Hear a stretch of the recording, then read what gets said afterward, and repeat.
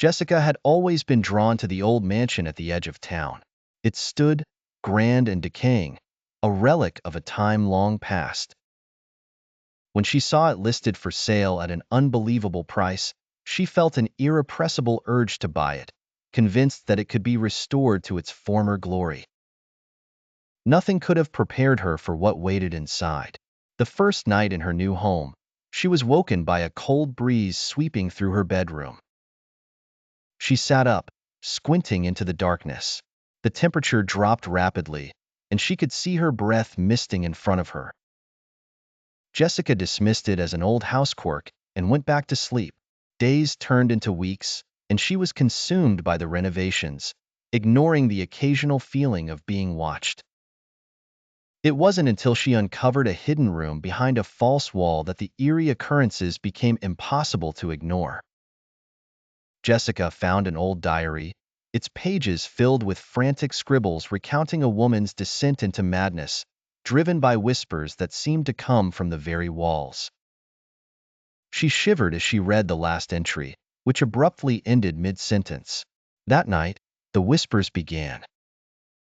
At first, they were faint, unintelligible murmurs that she could almost convince herself were a figment of her imagination. But night after night, they grew louder, more insistent, and directed at her.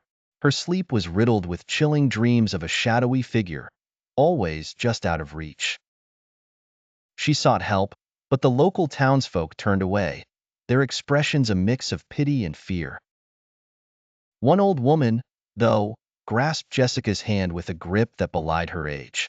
"Leave," she whispered, her eyes wide and imploring. "Leave before it's too late."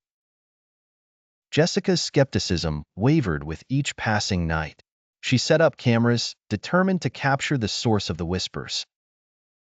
Reviewing the footage, she saw nothing but her own restless tossing. But the whispers continued. They grew bolder. "Join us," they beckoned. "We've waited for you." The turning point came when Jessica's best friend, Emily, came to visit. Emily, ever the skeptic, laughed off Jessica's fears until she too heard the whispers.